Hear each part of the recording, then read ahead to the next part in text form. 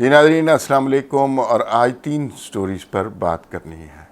پہلی بات تو یہ ہے کہ چودھری شجاعت اور پرویز الہی کے درمیان اختلافات کی وجہ کیا ہے، اور وہ اختلافات جو کبھی مشرف کے دور میں جنہوں نے سر نہیں اٹھایا، نواز شریف جب سعودی عرب تھے تب یہ ایک جیسے تھے اور شیر و شکر تھے، تو اب اختلافات کی وجہ کیا ہے، اب کیوں ڈویژن ہو گئی ہے؟ کیا اس کا معاملہ چودھری شجاعت کی صحت سے بھی ہے یا بیٹوں کی لڑائی ہے؟ اس کے اوپر بات کرنی۔ دوسری بات جو ہم نے کرنی ہے وہ یہ ہے کہ تحریک انصاف جو استعفے منظور کیے گئے 11 جس پہ ضمنی انتخابات کی تیاریاں ہو رہی ہیں، اس کے حوالے سے جناب چلی گئی ہیں سپریم کورٹ، کیونکہ انہیں لگتا ہے کہ وہاں سے کوئی ایسا ڈیسیژن آئے گا جس میں پتہ چلے گا کہ ان کے استعفے منظور نہیں ہوئے یا اسپیکر کے پاس اختیار نہیں ہے ان کے استعفے منظور کرنے کا، تو پھر اگر وہ دوبارہ واپس آئیں گے اور الیکشن کی جلدی ڈالیں گے تو ان کے نمبر پورے ہوں گے اور وہ وفاق میں بھی تحریک عدم اعتماد پیش کر سکیں گے۔ اس حوالے سے ذرا کچھ بات کریں گے۔ اور تیسری بات، جس طرح کے فارن فنڈنگ کے حوالے سے اور سی پیک کے حوالے سے سوالات اٹھ رہے ہیں، جو باتیں سامنے آ رہی ہیں، تو یہ دونوں علیحدہ علیحدہ چیزیں نہیں ہیں، اس میں بہت سارے فیکٹرز ہیں جو اوور لیپنگ ہیں۔ تو ہمیں اس بات کا جائزہ لینا ہے کہ اصل میں جو نواز شریف کا تھا قصور کیا تھا؟ کیا وہ بیٹے سے اقامے کی بنیاد اقامہ تھا ان کے پاس، یا بیٹے سے تنخواہ نہ لینا یہ مسئلہ تھا، یا کوئی بین الاقوامی مسائل تھے؟ یہ 3 خبریں ہم نے آج ڈسکس کرنی ہے۔ پہلے چودھری شجاعت حسین کے حوالے سے بات کر لیتے ہیں۔ دیکھیے، اس خاندان نے نا کبھی بھی اپنی گرپ نہیں چھوڑی، اور یہ ہمیشہ ایک دوسرے کے ساتھ رہے ہیں، اور کبھی ان کے درمیان اختلافات سامنے نہیں آئے، اور ہوں گے ہر خاندان میں جیسے اختلافات ہوتے ہیں، لیکن سیاسی خاندان بڑے سمجھدار ہوتے ہیں اور وہ کبھی سرفس پر یہ چیزیں نہیں آنے دیتے۔ جیسے نون لیگ کے اندر بھی یقیناً اختلافات ہوں گے، اور بڑوں میں بھی ہوں گے، بچوں میں بھی ہوں گے، لیکن وہ سارے سیاسی خاندان عقل مندی یہ کرتے ہیں کہ ان اختلافات کو سامنے نہیں آنے دیتے، اس لیے کہ اگر وہ اختلافات سامنے آ جائیں تو پھر تو مثلاً ان کی سیاست ختم ہو جاتی ہے، پارٹیاں ختم ہو جاتی ہیں، ڈویژن ہو جاتی ہے، ووٹر تقسیم ہو جاتا ہے، تو وہ کبھی بھی اس طرح نہیں کرتے۔ پرویز الہی اور چودھری شجاعت کے درمیان جو اختلاف ہوا، اس کے معاملات کیا تھے اور اس کے پیچھے کیا؟ ایک ذریعے کے ذریعے یہ پتہ چلا کہ اصل میں جو اختلاف ہے کہ چودھری شجاعت نے کہا کہ ہم جو ہے کسی ایسے شخص کے حق میں ووٹ نہیں دیں گے جو اسٹیبلشمنٹ کے خلاف ہو، اور وہ اسٹیبلشمنٹ کے خلاف شخص جو ہے وہ اگر چیختا چلاتا رہے گا فوج کے خلاف تو ہم اس کا امیدوار کو ووٹ نہیں دیں گے، چاہے وہ پرویز الہی ہو۔ دوسری جانب وہ پرویز الہی کو سپورٹ کرتے رہے، انہوں نے کہا جی کہ پرویز الہی صاحب تو ہمارے کینڈیڈیٹ ہو سکتے ہیں، لیکن اگر وہ نون لیگ کی جانب سے انتخابات لڑیں، تو یہ ایک عجیب سا کنفیوژن کریٹ ہوا۔ پھر اس کے بعد اور اس میں سنا ہے کہ جہاں 2 لوگوں کی بنیادی لڑائی ہے، چودھری صالح جو چودھری شجاعت حسین کے صاحبزادے ہیں، اور مونس الہی، یہ گزشتہ کئی ماہ سے آپس میں ٹاکنگ ٹرمز کے اوپر نہیں ہیں، اور بڑی صلح صفائی کرائی گئی، اور اس میں یہ کوئی ملکی مفاد وغیرہ یہ ساری عوام کو بیچنے والا مسئلہ ہوتا ہے، اس میں ذاتی مفادات ہوتے ہیں اور سیاسی مفادات ہوتے ہیں، تو وہ سارے خاندان کے اندر چل رہے تھے۔ مونس الہی صاحب بہت ایمبیشس ہیں، اور بڑے کوئی ایسے ان کے نیب شیب میں بھی کیسز تھے، وہ بھی معاف کروائے گئے، اور کچھ ابھی کیسز ہیں اس کے حوالے سے بھی۔ دیکھیے، عجیب بات ہے، پرویز الہی کو وزارت اعلیٰ چاہیے تھی، بڑی عزت سے بڑے احترام سے وہ وزارت اعلیٰ، زرداری صاحب خود گئے، مولانا فضل الرحمان جا رہے ہیں، شہباز شریف جا رہے ہیں، 25-26 سال سے جن کا تعلق نہیں ہے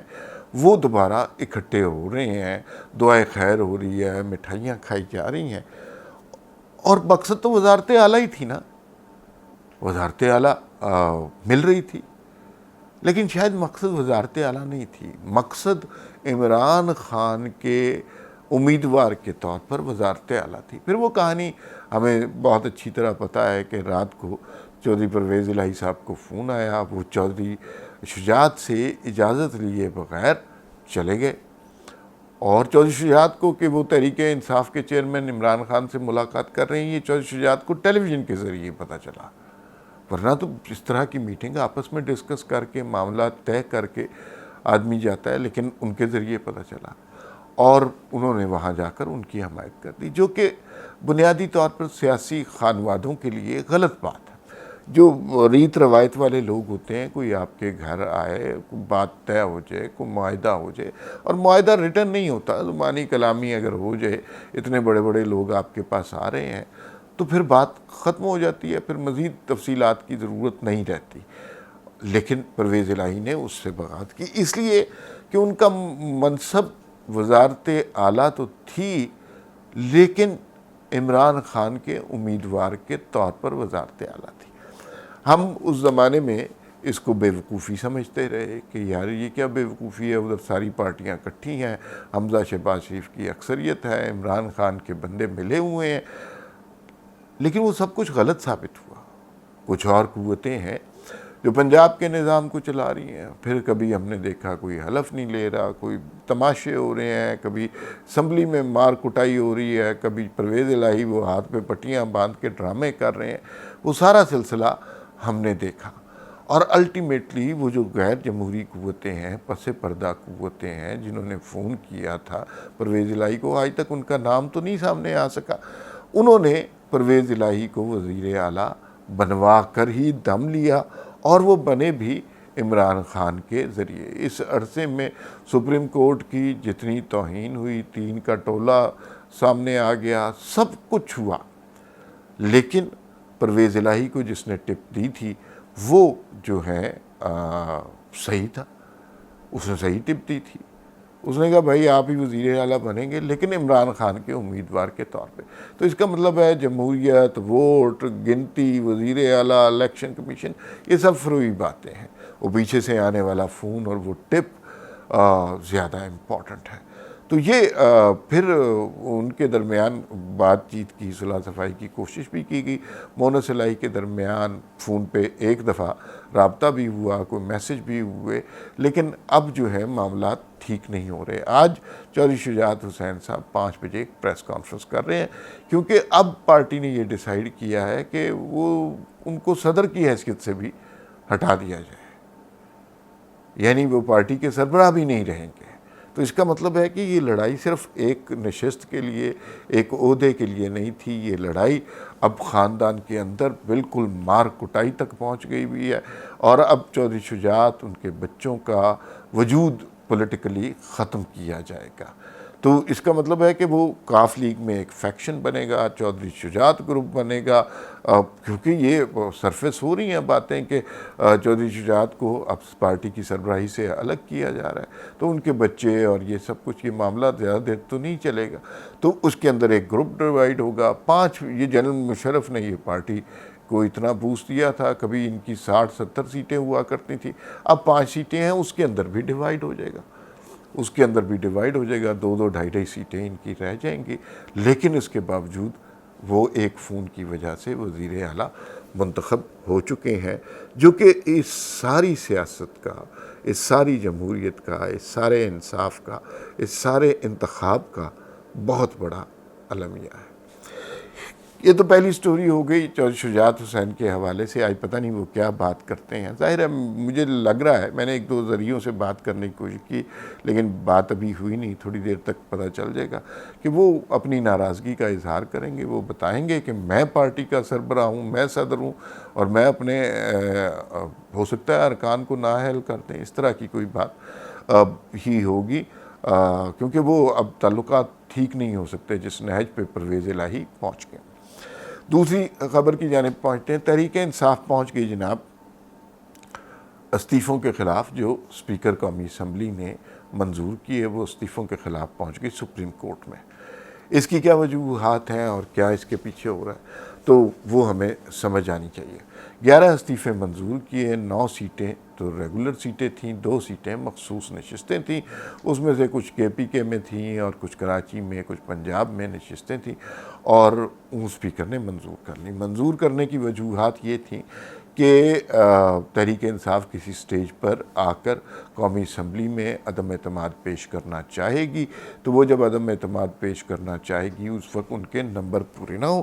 دوسرا جو ہزیمت ہوئی ہے پنجاب کے ضمنی انتخابات میں، ایسی نشستوں کا انتخاب کیا جائے کہ جہاں پہ ضمنی انتخابات واضح طور پر جیتے جائیں، اور مولانا فضل الرحمان نے ضمنی انتخاب کی تیاری کے حوالے سے کل یہ بیان بھی دے دیا کہ یہ جو ضمنی انتخابات ہیں اس میں ٹکٹ اس کو ملیں گے جو نمبر 2 آیا تھا، رنر اپ آیا تھا، اور دوسرے نمبر کا جو امید، اور میں نے کچھ نشستوں کا، ساری کا تو نہیں، کچھ نشستوں کا دیکھا، اس میں عابد شیر علی اور دوسرے لوگ تھے، تو اس میں جو نشستوں میں ووٹوں کا فرق تھا نا، وہ کہیں 1000 تھا، کہیں 1200 تھا، کہیں 2000 تھا، یعنی وہ جو آر ٹی ایس سسٹم کی وجہ سے جن لوگوں کو جتایا گیا، تو توقع یہ ہے کہ اگر یہ ضمنی انتخابات ہوئے تو یہ جیت جائیں گے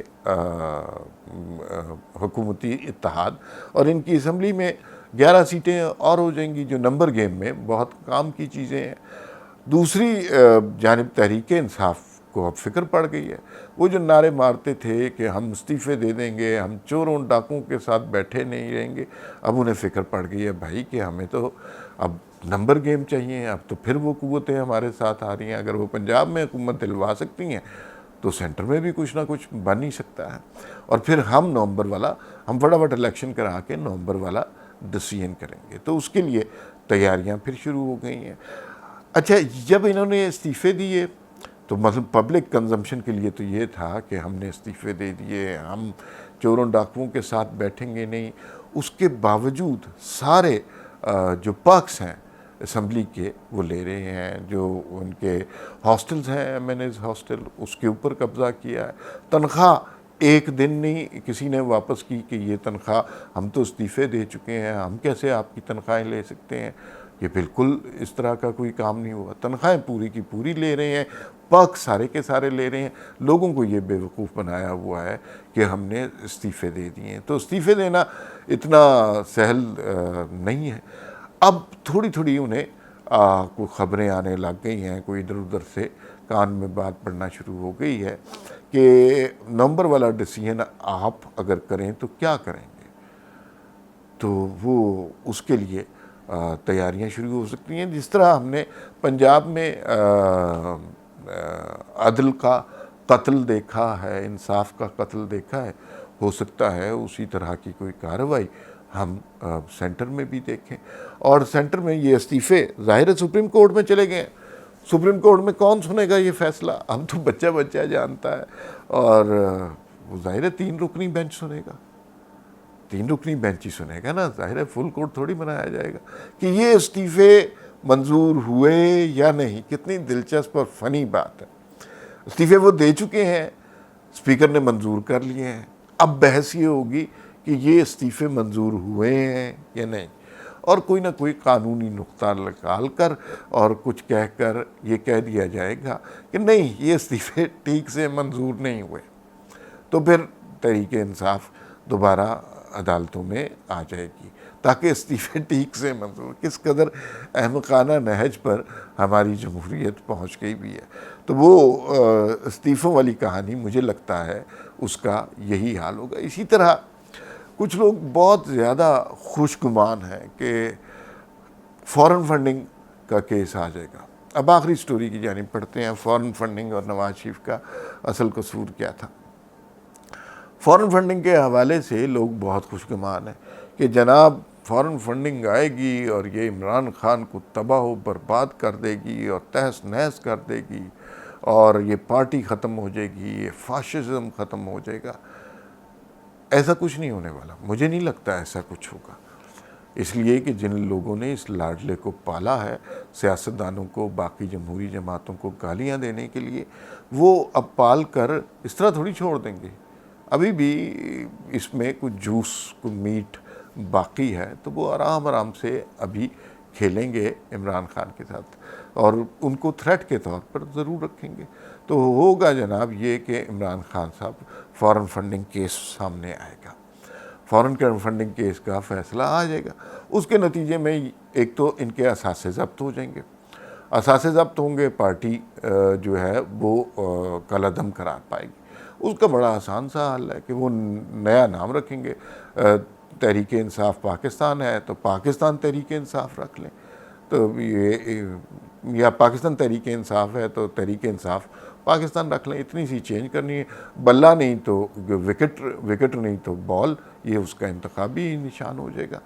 اور پھر فارن فنڈنگ کیس کے حوالے سے جمہوری جماعتیں شور مچائیں گی کہ نہیں ان کے اوپر تو بین ہونا چاہیے، عمران خان کو نااہل ہونا چاہیے، لیکن ایسی کوئی کہانی نہیں ہوگی، کیونکہ یہ فارن فنڈنگ والا کیس جب الیکشن کمیشن فیصلہ کر چکا ہوگا، الیکشن کمیشن نے امپلیمنٹنگ اتھارٹی تو نہیں ہے، وہ وفاقی کابینہ میں جائے گا، وفاقی کابینہ اس کے بارے میں فیصلہ کرے گی، اور پھر ساتھ ہی تحریک انصاف کہاں جائے گی، اب تک تو آپ کو پتہ چلنا چاہیے۔ اس فیصلے کے خلاف فوری طور پر تحریک انصاف سپریم کورٹ میں چلی جائے گی۔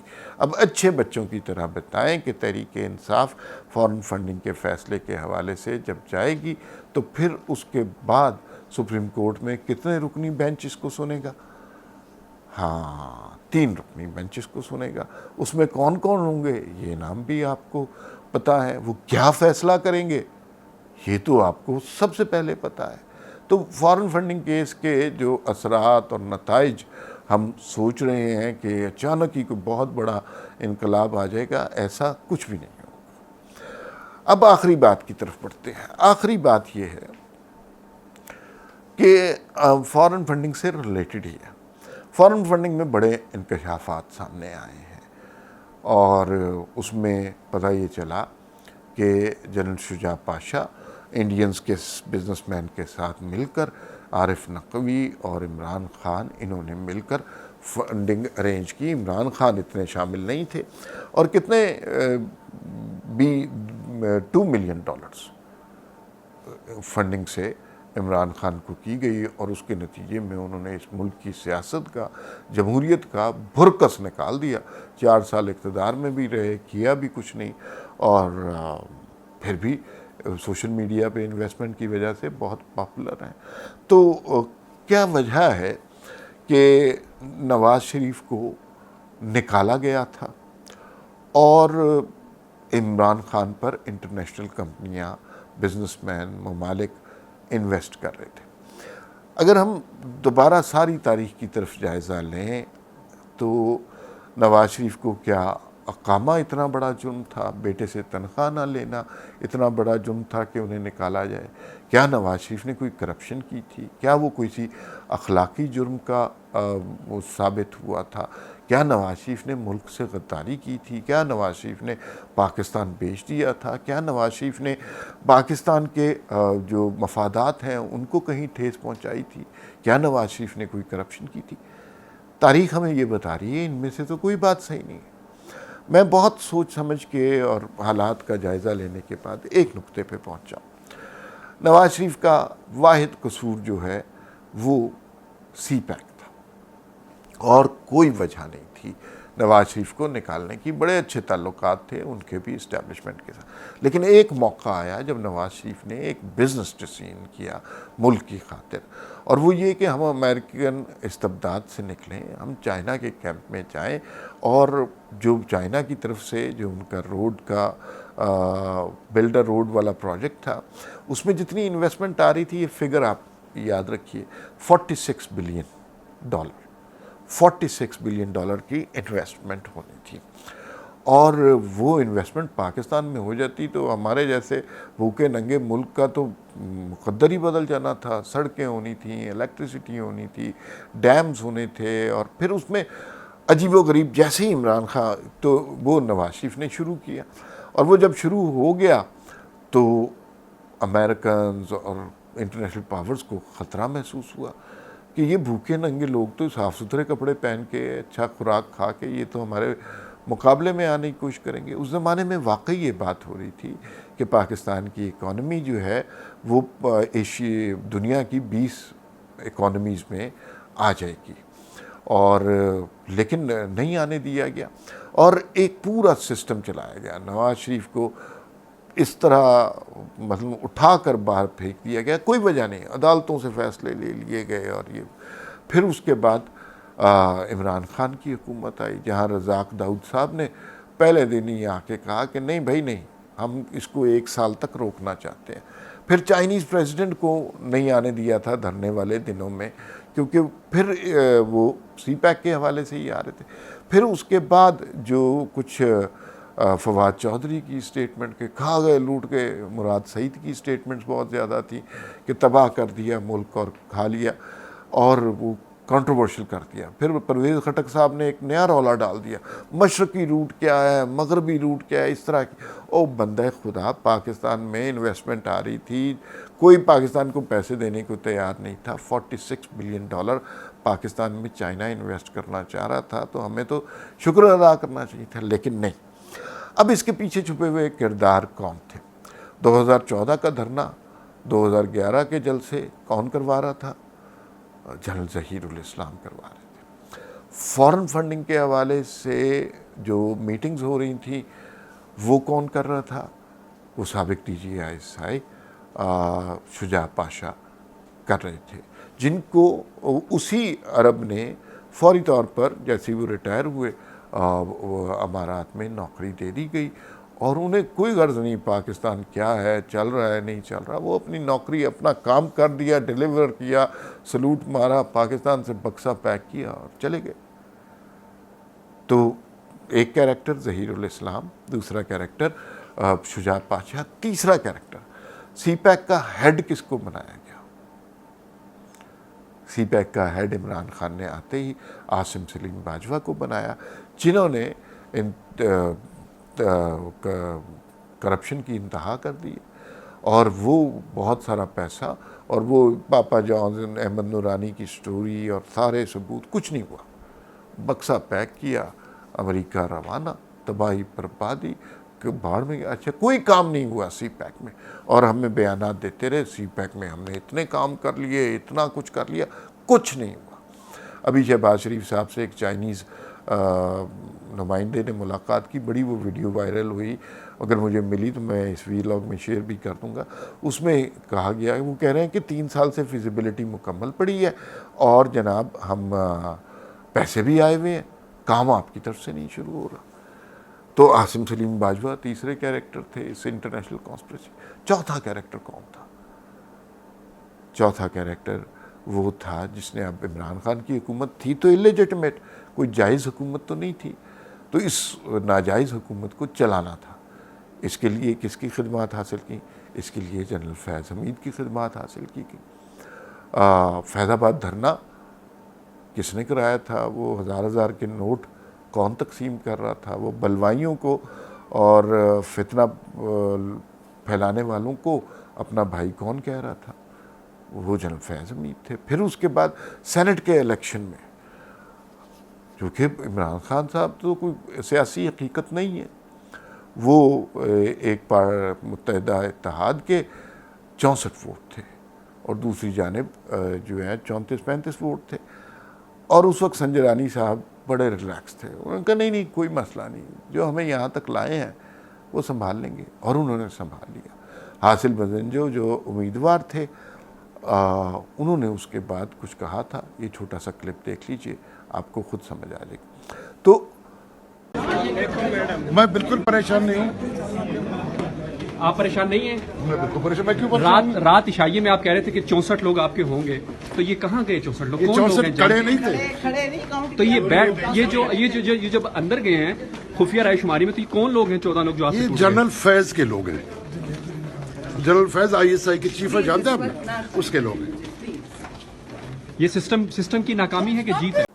یہ کلپ آپ نے دیکھ لیا، اور اس میں اب آپ کو سمجھ آ گئی کیریکٹرز کون سے تھے، انٹرنیشنل کانسپریسی کون سی تھی، اور نواز شریف کا جرم کیا تھا.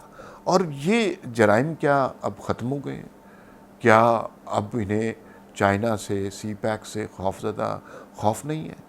تو حالانکہ وہ سارا پروجیکٹ تباہ ہو گیا. پاکستان 46 بلین آ رہا تھا اور پاکستان آئی ایم ایف سے کتنے پیسے مانگ رہا ہے, جس کے لیے ہم ذلیل و رسوا ہو رہے ہیں, $1 بلین. ٹھیک ہے, لیکن اس سے انہیں کوئی فرق نہیں پڑتا. وہ کمو کے بریف کیس اٹھا کے چلے گئے ہوئے ہیں. یہاں میں اور آپ بیٹھے ہوئے ہیں. تو نواز شریف کا قصور یہی تھا. تو اس میں سارے کیریکٹر, اور یہ وہ کیریکٹر ہیں ان میں سے کچھ کیریکٹر جن کے بارے میں خبر ہمیں 5 سال کے بعد ملی ہے.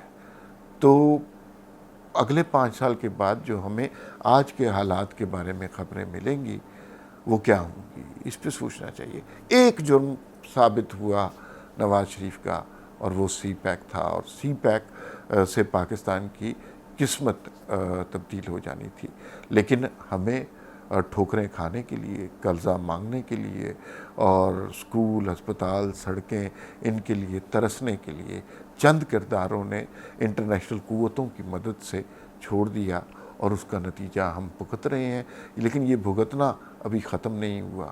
مجھے یوں لگتا ہے کہ کچھ طاقتور لوگوں کا ابھی بھی دلچسپی اس میں ہے کہ کہیں خدا نخواستہ پاکستان ترقی نہ کر لے.